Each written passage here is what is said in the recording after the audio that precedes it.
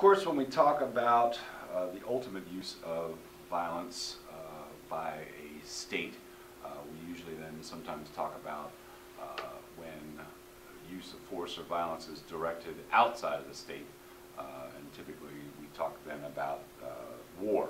So again, the best definition for war is state sanctioned, in other words, approved by a society or a state against other states.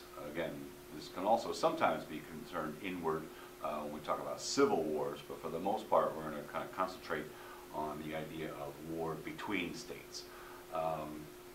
And again, there's many types of war that have existed throughout society, but when we look at the common causes and conditions under which wars are waged, we can usually say that wars are likely to exist when two states have opposing, either incompatible or opposing objectives. So that could be, again, acquisition of territory or political positions, but typically when two states differ so much in their goals or objectives, we could say that that could be a cause or a condition under which war would take place. Many societies or cultures are characterized by war. In other words, that they historically or traditionally have often resorted to war to solve these types of conflicts. So we sometimes talk about a warlike society or a nation that is more prone to war based on the fact, so one of the predecessors or one of the predictors of wars, whether or not that country has often gone to war in the past.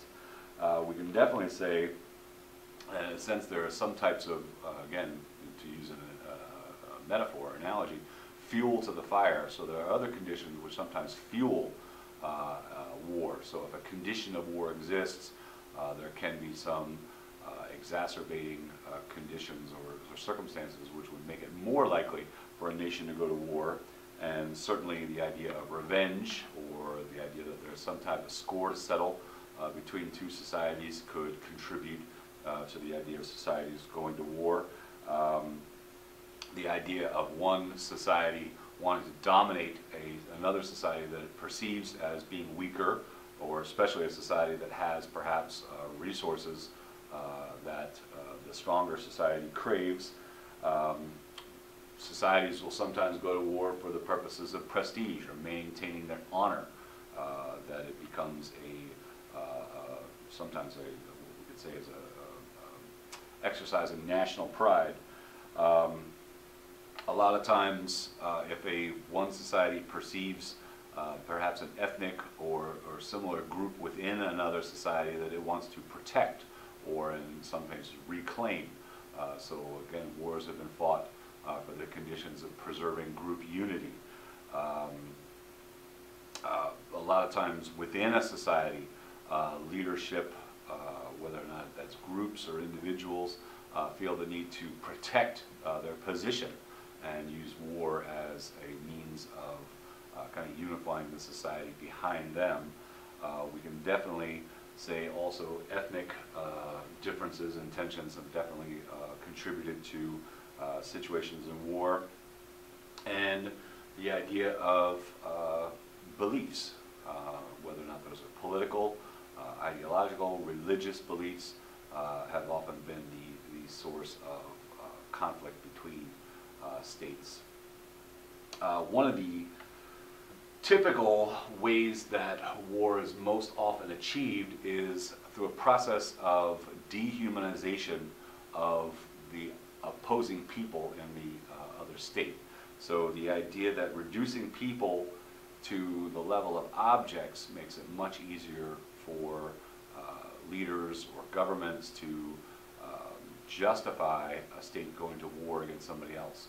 So many times when two states are at war, we'll hear the use of dehumanizing terms, or sometimes ethnic or racial slurs, and sometimes just giving the opponents nicknames that make them appear or sound less human. So again, just to use some examples, and if we want to use America in World War II, we weren't fighting Germans, we were fighting Krauts or Jerry's, the Huns.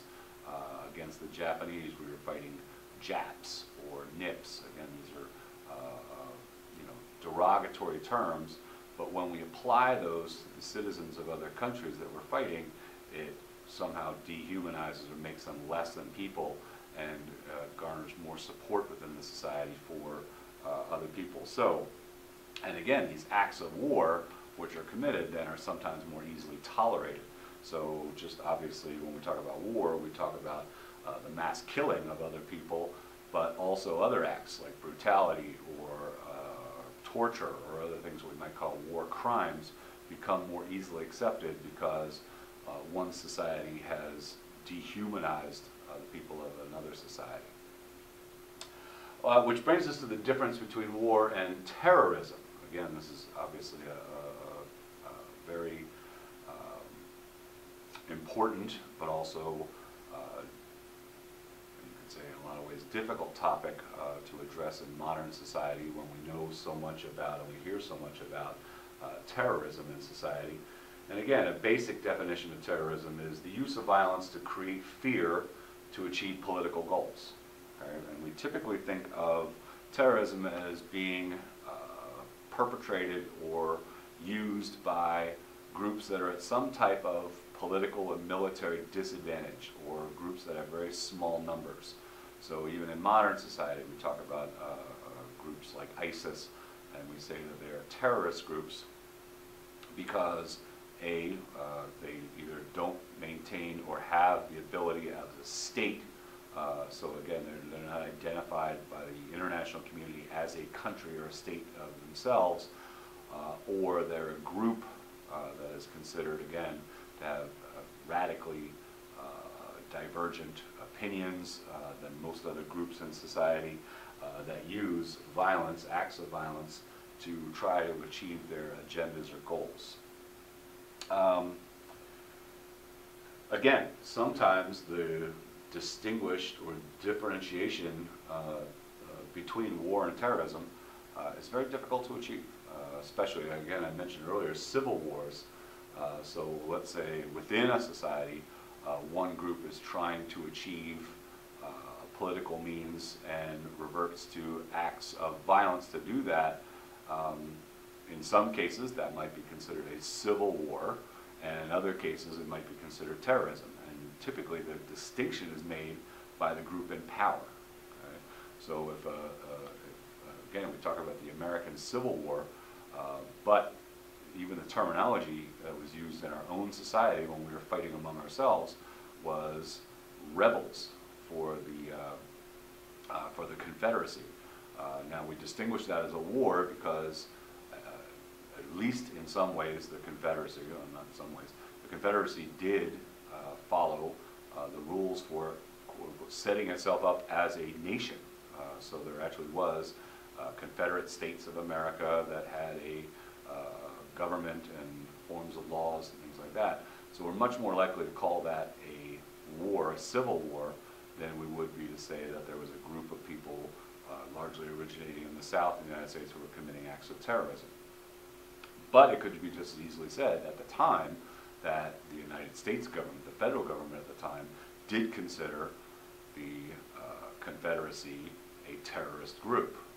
So again, a large time, especially in cases of civil war, we can say that the distinction between war and terrorism is largely made by the people in charge. We can also definitely say that even when we talk about, we sometimes, again, refer to terrorism largely on a kind of small scale, but then other characteristics that people will say is terrorism focuses on acts of violence on non-combatants, or in other words, civilians. So these are not wars being fought. When we typically think of war, we tend to think of militaries fighting each other. So the military of one country will fight the military of another country. And when we think of terrorism, we think of acting out against civilians. However, we can clearly say that in some situations in which we clearly describe and history describes as wars, there were still acts of violence perpetrated against civilian populations. So if we think of World War II and the German bombing of the city of London and the rocket attacks, But then conversely, the firebombing by the Allies of the German city of Dresden affected populations. When we think of World War II in America in the Pacific theater, we called the attack on Pearl Harbor largely an act of terrorism. However, by legal definition, you could actually say that was one military attacking another military. And then when we talk about the conclusion of World War II, and America within the span of a few days dropping 2 atomic bombs on the cities of Hiroshima and Nagasaki, which were largely populated by civilians. So these lines between terrorism and war are very rarely clear and distinguishable, which leads obviously to a lot of dispute and confusion as to where the difference between these two ideas exist. However, the one thing that we can say that they have in common, that war and terrorism are both the uses of violence to achieve political means or goals.